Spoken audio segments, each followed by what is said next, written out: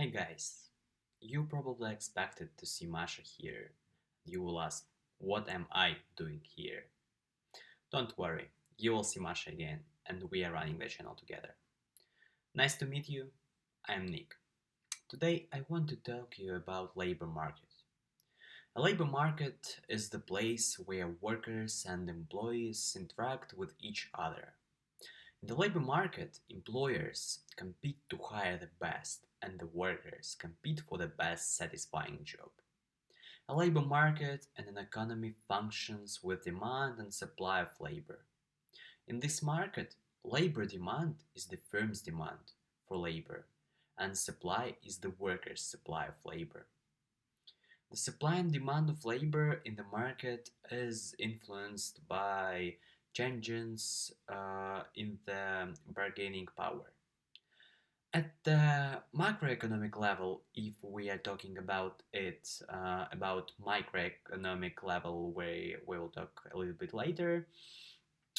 Supply and demand are influenced by domestic and international market dynamics, as well as factors such as immigration, the age of population, and education levels. Relevant measures include employees' unemployment, productivity, participation rates, total income, and gross domestic product (GDP). At the microeconomic level, individual firms interact with employees, hiring them, firing them, and raising or cutting wages and hours of work. The relationship between supply and demand influences the hours employees work and compensation what they receive in wages, salary, or some benefits.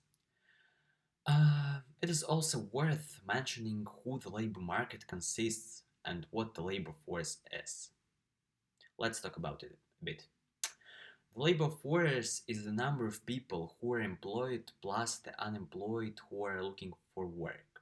The labor pool doesn't include the jobless who are not looking for work. For example, stay-at-home moms, retirees, and students are not part of the labor force. Discouraged workers who would like a job but have given up looking are not in the labor force either. To be considered part of the labor force, you must be available, willing to work, and have looked for a job recently. Also, the official unemployment rate measures the jobless who are still in the labor force. The size of the labor force depends not only on the number of adults, but also how likely they feel they can get a job. Let's talk also about problems of the modern labor market. The deteriorating labor market position of low-skilled workers challenges economic efficiency and social equity. Four aspects are examined: joblessness among the low-skilled, the prevalence of low pay among women, persistence in slow pay, and the overlap between low pay and households' poverty. Unemployment is a really interesting theme to discuss, uh, and let's discuss it. Unemployment occurs when a person who is actively searching for employment is unable to find work. Unemployment is often used as a measure of the health of the economy.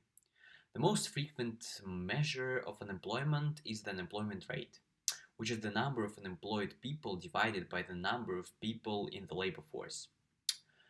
Unemployment is a key economic indicator because it signals the ability or sometimes inability of workers to readily obtain gainful work to contribute to the productive output of the economy. More unemployed workers mean less total economic production will take place than might have otherwise. And unlike idle capital, unemployed workers still need to maintain at least subsistence consumption during their period of unemployment. What does it mean? This means an economy with high unemployment has lower output without a proportional decline in the need of basic consumption.